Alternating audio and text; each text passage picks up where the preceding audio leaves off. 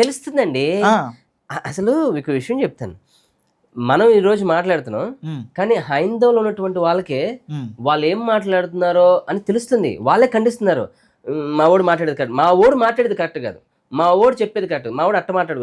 ఒకవేళ ఏమైనా ఉంటే నువ్వు డాక్టరీన్‌గా ఏమైనా ఉంటే నువ్వు డాక్టరీన్‌గా మాట్లాడు. అది అది నువ్వు సిద్ధాంతపరంగా నువ్వేమన్నా ఫైట్ చేయగలిగితే సిద్ధాంతపరంగా నువ్వు నిరూపించడానికి ప్రయత్నం చేయి. లేదా నువ్వు చెప్పింది తప్పు, నువ్వు చెప్పింది ఇలా, అలా, అలా అని చెప్పు. అవును. అంతేగాని పర్సనల్ ఇష్యూస్‌కొచ్చేసి లేకపోతే లేనివి అబండాలు మోపేసేసి ఏదో లా భాషలు, మా భాషలు ఏదో మాట్లాడేస్తే మనం ఏదో భయపడిపోయి మనకెందుకులే వదిలేద్దాం అని అనుకుంటున్నారనుకుంటా. No, no, no, no, no. అవును. అస్సలు డెఫినెట్‌లీ ట్రూ. అదే ఒక విషయం మనం గమనించాల్సిన విషయం ఏంటంటే అస్సలలా క్రైస్తవుడు ఏనాడు భయపడ్డు. ఉమ్, సత్యము చెప్పడానికి క్రైస్తవుడు భయపడ్డావు.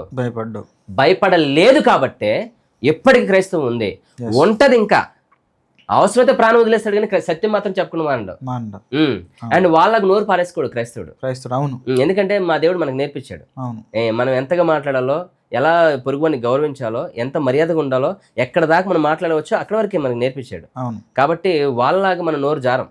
ఎస్. కాబట్టి వాళ్ళకి అదే చెప్తున్నానండి. వాళ్ళకి భక్తి లేదు, వాళ్ళ భయం లేదు. వాళ్ళ దేవుడు ఇట్లా మాట్లాడితే ఏమైనా చేస్తాడనేది ఏం లేదు. ఉమ్, ఓకే. ఎందుకంటే అందులో ఉన్నవన్నీ అలాంటివే. ఓకే. వాళ్ళు మాట్లాడే వాళ్ళు కూడా అలాంటి వాళ్ళే. ఉహు. కాబట్టి వాళ్ళు అలా కొనసాగుతూ ఉంటారు.